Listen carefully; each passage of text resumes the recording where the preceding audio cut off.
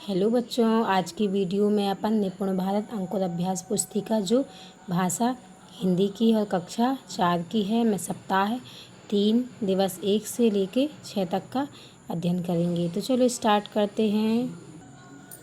सप्ताह 3 दिवस 1 इसमें ये पुनरावृत्ति अभ्यास है 3।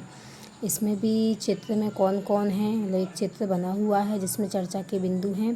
तो ये बच्चों से डिस्कस करेंगे कि है कहाँ का चित्र होगा, बच्चे यहाँ क्या करने आए होंगे, आपके गांव में लोग कब नृत्य करते हैं, आपको नृत्य करना कैसा लगता है। इसके बाद इसमें मौखिक चर्चा आधारित लेखन और लिखित भाषा अभ्यास है जिसमें श्याम पट्ट पर लिखे शब्दों वाक्यों को लिखना है, जैसे गाँव, होली, शादी, त्यौहार। इसके बाद जगन और बंदर, एक कहानी दी हुई है जगन और बंदर की। जगन दिन भर खेत में काम करता था, वह मेहनती था, है ना। इस प्रकार ये पूरी कहानी है।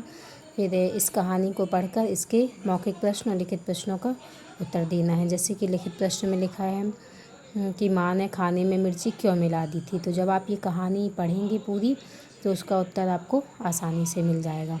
तो बंदर को सबक सिखाने के लिए माँ ने खाने में मिर्ची मिला दी थी। फिर नेक्स्ट है कि हमें खेतों से क्या क्या मिलता है, किन्हीं 8 चीज़ों के नाम लिखें।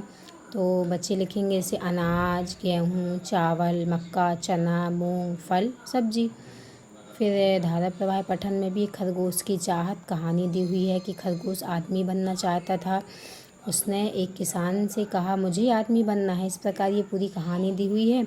इसको पढ़कर इसके आंसर लिखना है। जैसे मौखिक प्रश्न दिए हुए कि खरगोश क्या बनना चाहता था, तो वह एक आदमी बनना चाहता था। खरगोश किस किस के पास गया, है ना, इसका उत्तर पूरी कहानी में ही है। फिर खरगोश को क्या कठिन लगा, तो खरगोश को आदमी बनना कठिन लगा। फिर दिया है कि गर्मियों की छुट्टी में आपने क्या किया, 3-4 वाक्यों में लिखिए।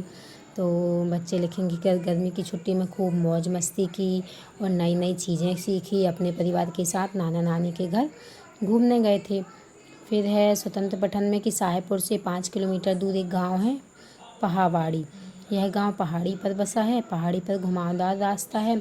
इस गांव में एक स्कूल है, इस गांव के स्कूल की घंटी बजती है तो साहेबपुर तक सुनाई देती है। बच्चे जब गिनती पहाड़े ज़ोर ज़ोर से पढ़ते हैं तो साहेबपुर के बच्चे भी सुनकर दोहराते हैं।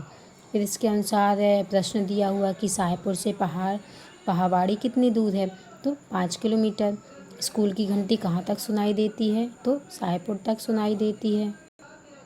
इसके बाद सप्ताह 3 दिवस 2, इसमें भी चर्चा के कुछ बिंदु ही हैं कि आपकी माँ का क्या नाम है। बच्चों से अपन पूछेंगे कि आपकी माँ का क्या नाम है, आपकी माँ दिन भर क्या क्या काम करती है, आपकी माँ आपको प्यार से क्या कहकर बुलाती है ना। इसमें वो बहुत ही आनंद से भी पढ़ेंगे और ऐसा अपन डिस्कस करेंगे।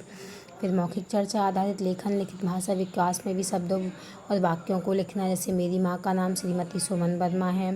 जैसे शब्द दिए राजा, अच्छा, खाना, बर्तन, साफ सफाई। इसके बाद एक कविता पठन बोध में एक दिया हुआ है पढ़ने के लिए कि प्रभु हमें इतनी ताकत दो कि हम सच्चाई के रास्ते पर चल सकें, हम अपने कर्तव्यों को पूरा कर गरीब, कमज़ोर और दुखी व्यक्तियों की सेवा कर सकें और अपने जीवन को सफल बना सकें। फिर इसके अनुसार एक लिखित प्रश्न दिया हुआ है कि हमें किस रास्ते पर चलना चाहिए, तो इसका उत्तर है कि हमें सच्चाई के रास्ते पर चलना चाहिए। इसके बाद है कि निम्नलिखित शब्दों के अर्थ खाने में दिए गए शब्दों से छांट कर लिखना है। जैसे कि दयानिधि लिखा है ना, तो दयानिधि का अर्थ होता है दया के सागर। पर सेवा, तो पर सेवा का अर्थ होता है। तो इनमें जो शब्द लिखे हुए हैं खाने में, इनमें से छांट कर लिखना है। तो पर सेवा मतलब दूसरों की सेवा। परोपकार, परोपकार का अर्थ होता है दूसरों पर उपकार। इसके बाद नेक्स्ट है कि रीता और कोयल कहानी दी हुई है कि एक कोयल थी, वह रीता की सहेली थी, रीता के आंगन में आम का पेड़ था। इस प्रकार इस पूरी कहानी को पढ़ेंगे और पढ़कर फिर इसके मौखिक प्रश्न और लिखित प्रश्न आसानी से बन जाएंगे। कि जैसे कि लिखा है रीता के आंगन में कौन सा पेड़ था, है ना, तो अपन उत्तर देंगे कि रीता के आंगन में आम का पेड़ था। इसी प्रकार रीता की सहेली कौन थी। फिर दिया कोयल किसकी सहेली थी, तो कोयल रीता की सहेली थी। कक्षा में सभी क्यों हंसने लगे, तो जब रीता ने कुहू कुहू की आवाज़ लगाई तब सभी रीता को देखकर हंसने लगे। इसके बाद दिया है शाला समय 10:30 से 4:30 तक। एक सारणी दी हुई है, पूरी कालखंड बने हुए, इसमें प्रथम, द्वितीय, तृतीय चतुर्थ खेल भी पूर्ण अवकाश। इसके बाद कक्षा दी हुई है, पहली दूसरी तीसरी चौथी पाँचवीं, इसका अध्ययन करेंगे। उसके अनुसार प्रश्नों के उत्तर लिखेंगे। तो प्रश्न पहला है, समय सारणी किन कक्षाओं के लिए है? तो समय सारणी पहली दूसरी तीसरी चौथी पाँचवीं। प्रथम कालखंड में कक्षा 4 के विद्यार्थी क्या पढ़ेंगे? तो प्रथम कालखंड में क्या दिया हुआ है? हिंदी। इसके बाद नेक्स्ट सप्ताह 3 दिवस 3 में देखेंगे कि इस पर भी एक चित्र बना हुआ है जिस पर कुछ चर्चा के बिंदु हैं कि चित्र में कौन कौन है या कहाँ का चित्र होगा, है ना। तो बच्चों से डिस्कस करेंगे, उनसे पूछेंगे कि चूहे क्या कर रहे हैं, चूहे घर में किस जगह पर होंगे, यह तीनों क्या सोच रहे होंगे। इस प्रकार चर्चा के बिंदु दिए हुए हैं। इसके बाद है कि शिक्षक द्वारा बोर्ड पर लिखे शब्दों में वाक्यों को लिखना है कि जैसे ये लिखा है, बच्चा, मम्मी, पापा, घर, उछल कूद, रसोई घर। फिर एक लिखा हुआ है नीम के बारे में,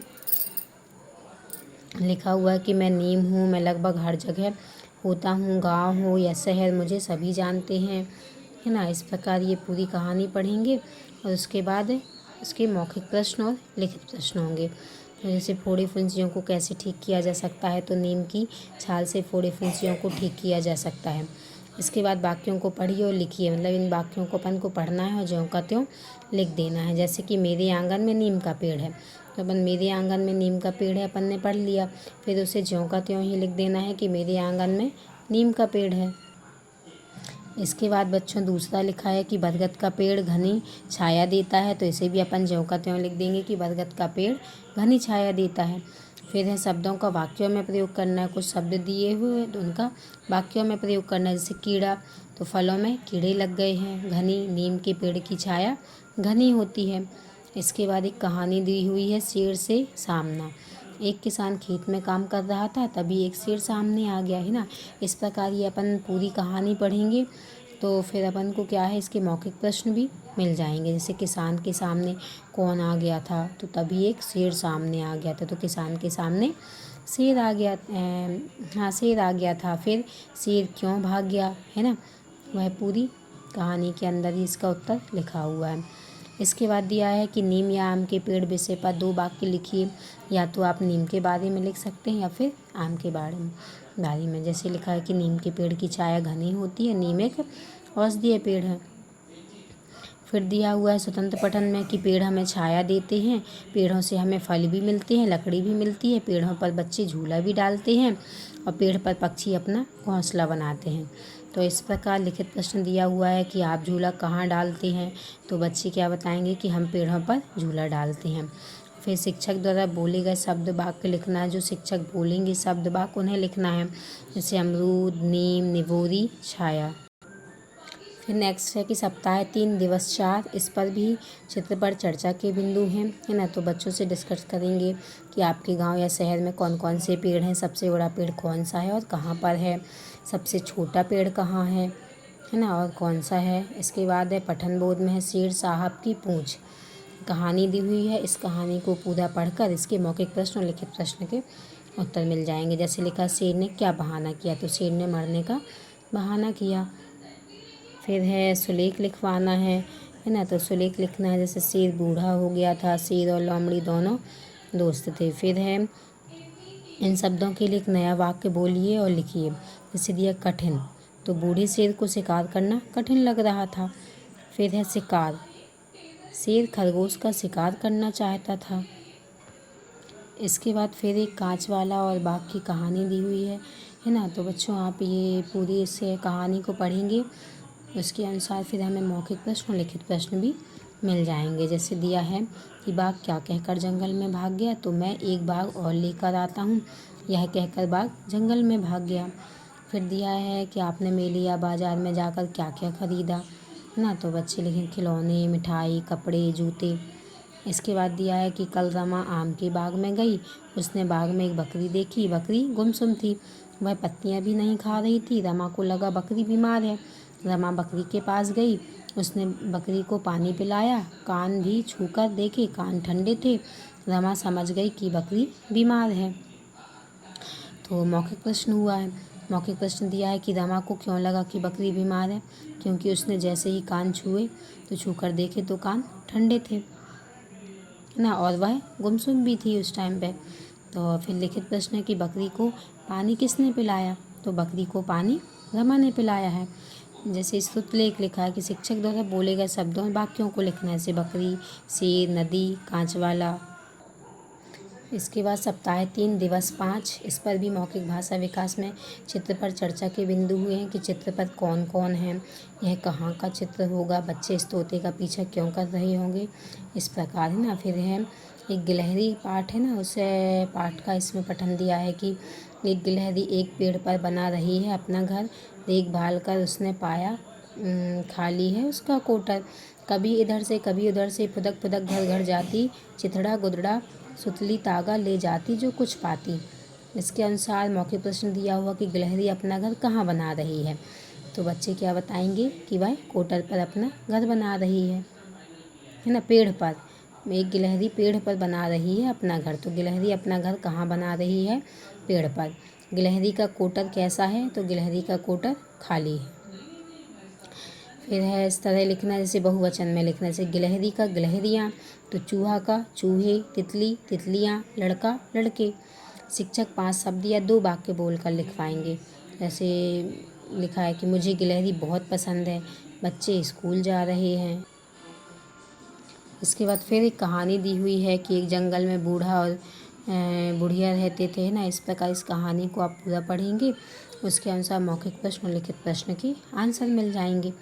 इसके बाद दी है कविता चल रे मटके टम्बकटू, है ना, ये पूरी इसमें कविता लिखी हुई है। उसके अनुसार फिर क्वेश्चन दिया है कि इस कविता में कौन कौन से पात्र हैं। तो जब आप ये कहानी बहुत ही बोलना चाहिए बहुत ही अच्छे तरीके से पढ़ेंगे ना, तो आपको इसका आनंद भी आएगा और इसके आपको आंसर भी मिल जाएंगे। जैसे इस कविता में कौन कौन से पात्र हैं, तो बुढ़िया, शेर, चीते, है ना। मटके के बारे में 2 वाक्य लिखिए, तो बच्चे लिखेंगे मटके का पानी ठंडा होता है, गर्मी में मटका बहुत काम आता है।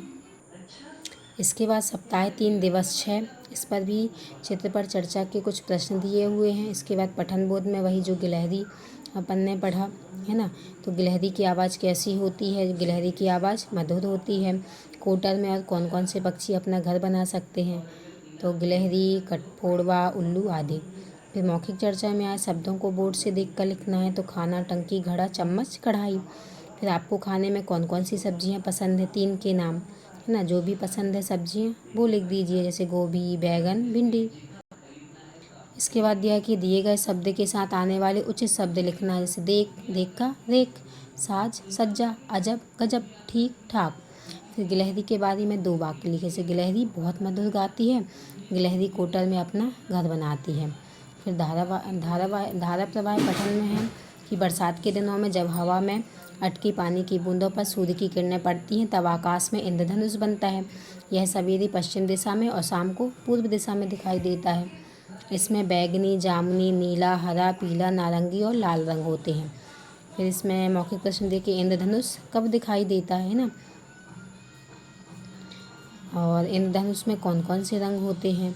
तो देखो इंद्रधनुष कब दिखाई देता है, तो बरसात के दिनों में जब हवा में अटकी पानी की बूंदों पर सूर्य की किरणें पड़ती हैं तब आकाश में इंद्रधनुष बनता है। इसके बाद है कि इंद्रधनुष में कौन कौन से रंग होते हैं, तो बैंगनी, जामुनी, नीला, हरा, पीला, नारंगी, लाल।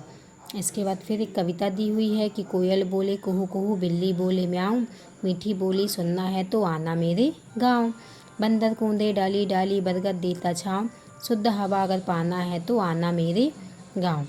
स्वतंत्र लेखन में कि आपके घर परिवार के सदस्यों के नाम इस प्रकार लिखिए, तो बच्चे अपने अपने जो नाम दिए हैं वो लिख सकते हैं। जैसे मेरी मौसी का नाम, तो आपकी मौसी का नाम क्या है उसे यहाँ लिख दीजिए।